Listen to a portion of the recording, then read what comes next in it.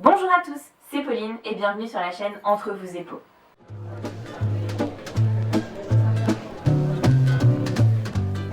Ça y est, l'été est terminé, enfin presque. Donc on va faire un petit tour de ma bibliothèque pour que je puisse vous montrer ma pile à lire que j'ai constituée pour le Pumpkin Autumn Challenge 2019. C'est une pile qui est assez restreinte puisqu'elle ne compte que 8 livres.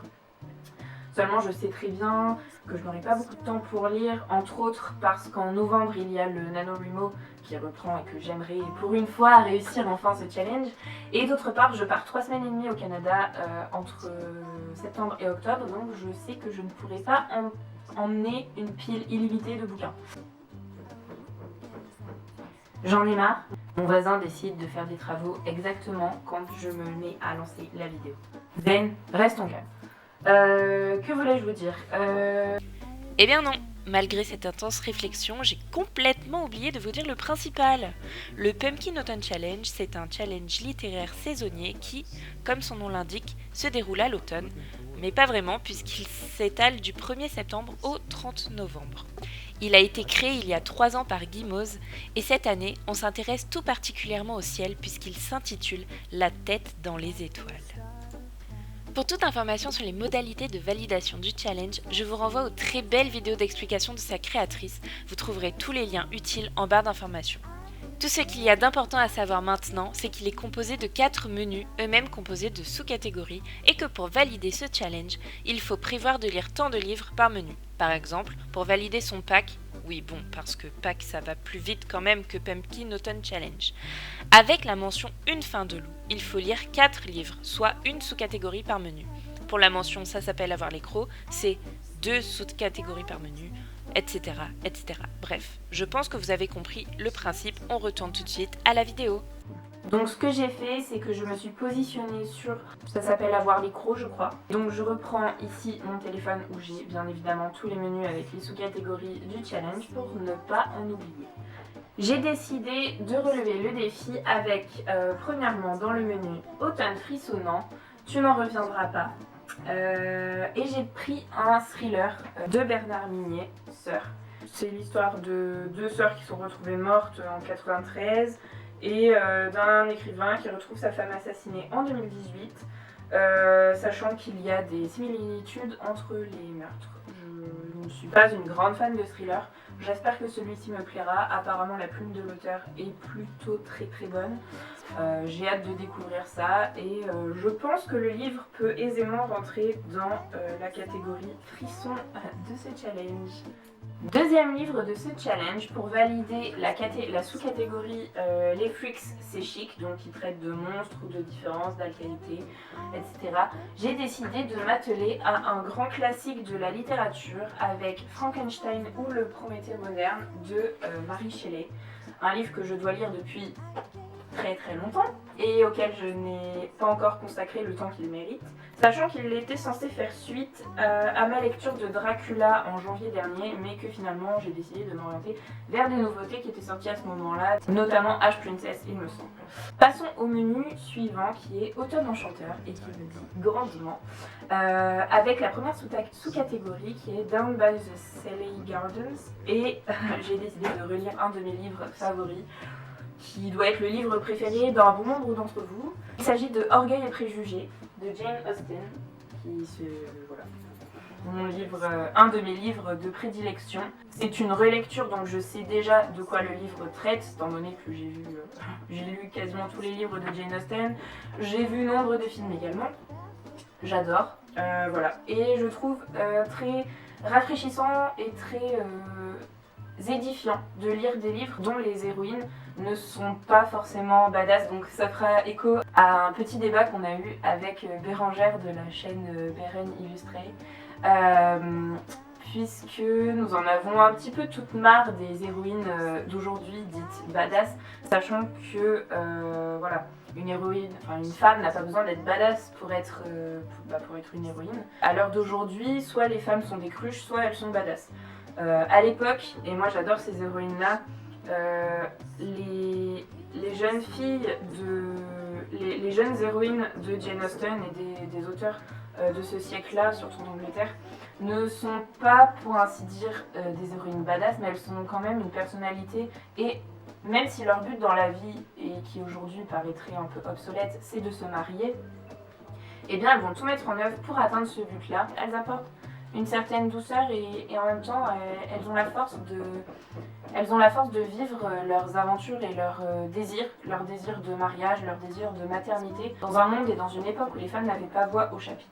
Et ce que j'adore dans Orgueil et Préjugés, c'est que pour une fois, l'héroïne, donc Elizabeth Bennet, n'a pas envie de se marier. J'adore ce personnage parce qu'il a une force de caractère. Elle me fait un peu penser à Jo dans Les 4 filles du Docteur March.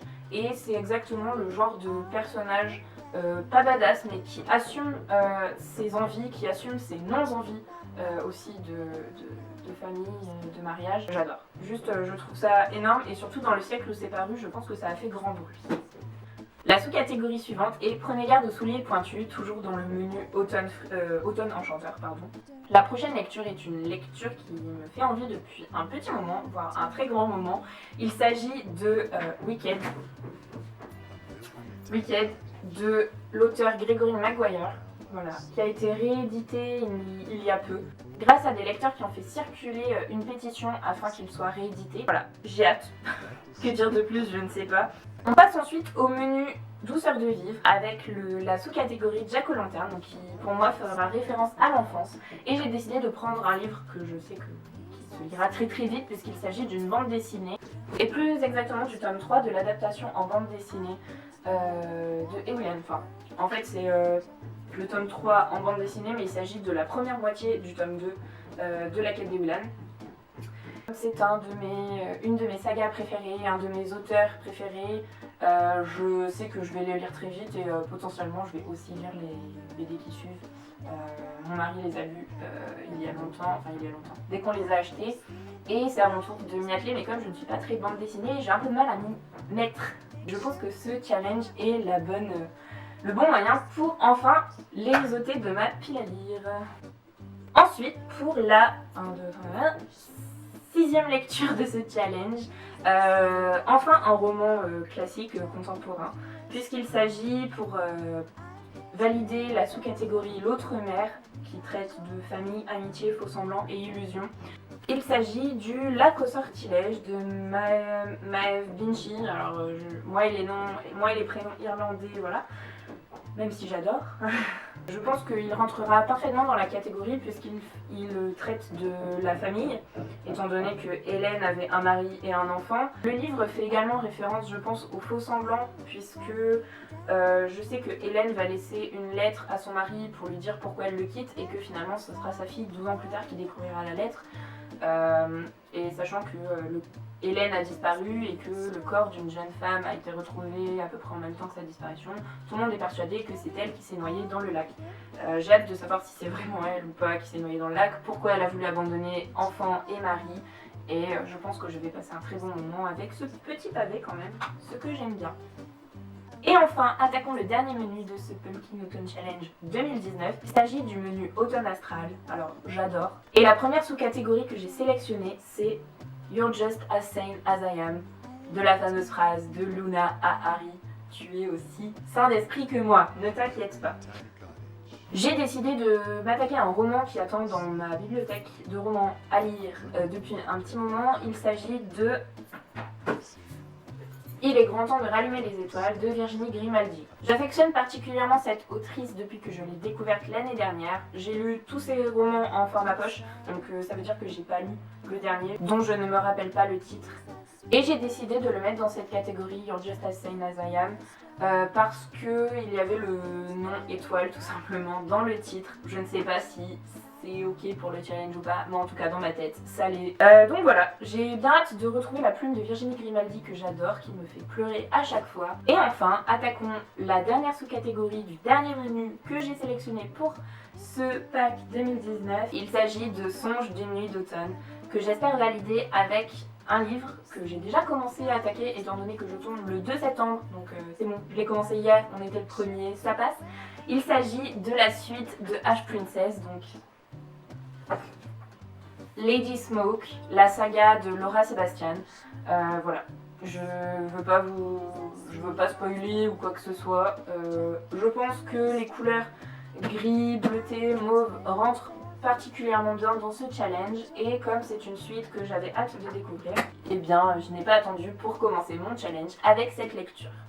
Voilà pour les livres que j'ai sélectionnés pour ce pack 2019, sachant que il y a énormément d'autres livres que je possède qui pouvaient rentrer dans le challenge, et je vais vous faire une petite sélection des livres bonus, on va dire, que je pourrais peut-être lire si j'en ai le temps. Et bien tout d'abord Sweeney Todd, voilà, de J.M. Rymer. Je pense que ce livre pourrait tout à fait rentrer dans le Pumpkin Autumn Challenge. Alors si je n'ai pas le temps de le lire cette année, je pense que je me ferai violence et que j'attendrai l'année prochaine pour l'intégrer dans ma palle. On a ensuite le premier tome de L'Apprenti épouvanteur. Oui, je sais, je n'ai jamais lu L'Épouvanteur, de Joseph Delaney. Que dire, j'aimerais beaucoup pouvoir avoir le temps de le lire durant ce pack, mais je ne pense pas que j'aurai le temps. Enfin bref, c'est pour ça que je ne l'ai pas intégré dans ma palle initiale. En plus, je sais que si j'aime beaucoup, je serais très tentée d'acheter les tomes suivants, et j'ai décidé de me réfréner un petit peu jusqu'à Noël en termes de bouquins, parce que voilà, on va dire que j'achète beaucoup trop de livres et ma bibliothèque va finir par exploser dans peu de temps, alors que ça fait pas très longtemps que je l'ai.